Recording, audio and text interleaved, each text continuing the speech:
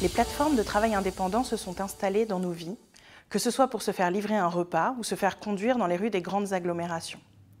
Certains parlent d'ubérisation pour désigner ce phénomène. Mais jusqu'où ce mouvement peut-il se poursuivre? Peut-on imaginer, demain, un hôpital ou une centrale nucléaire fonctionner à la manière d'Uber?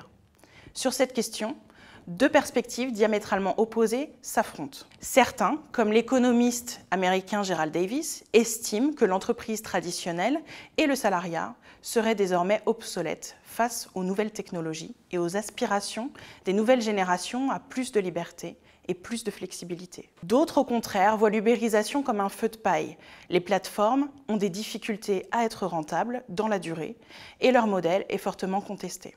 Nous proposons plutôt de penser l'avenir des plateformes de travail indépendants en distinguant différents types de métiers ou secteurs d'activité.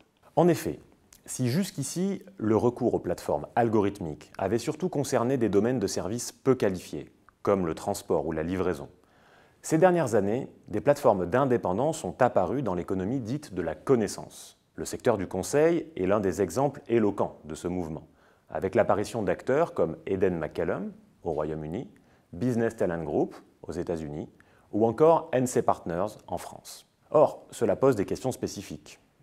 En effet, selon les théories de la firme fondées sur les connaissances, un tel développement est surprenant, car en principe, là où la performance suppose la maîtrise de savoirs complexes, répartis entre les individus ou encore innovants, il est plus efficace de s'organiser sous la forme d'une firme managériale et salariale. C'est pourquoi, dans notre article, nous avançons l'idée que les plateformes de travail indépendants sont susceptibles de surmonter certaines de leurs limites cognitives en adoptant certains mécanismes de fonctionnement jusqu'ici associés à la firme managériale dans une logique d'hybridation.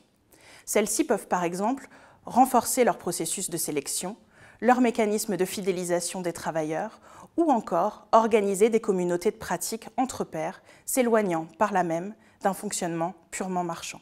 Plus généralement, la prise en compte des enjeux organisationnels et cognitifs associés au fonctionnement des plateformes permettrait sans doute de mieux comprendre leurs évolutions, mais aussi d'éclairer les controverses liées à leur développement et à leur régulation.